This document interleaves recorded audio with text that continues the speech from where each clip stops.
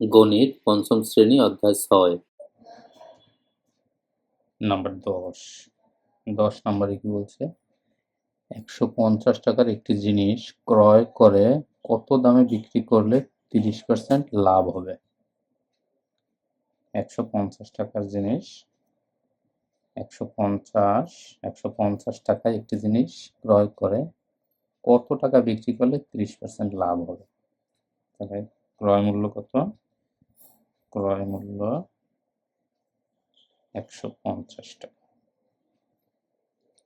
আর লাভ করতে চাচ্ছে কত? 30%। তাহলে সে মূলত লাভ করতে চাচ্ছে কত টাকা? সে 100 টাকায় লাভ করতে চায় 30 টাকা। 1 টাকায় লাভ করতে চায় 30/100 টাকা। 150 টাকায় লাভ করতে চায় কত? 130 গুণ 150 সমান 45 টাকা।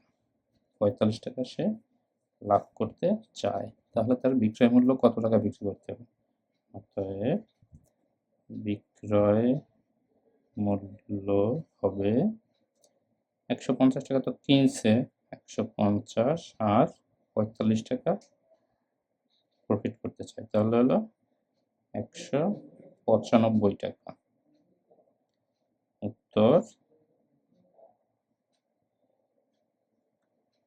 195 টাকা।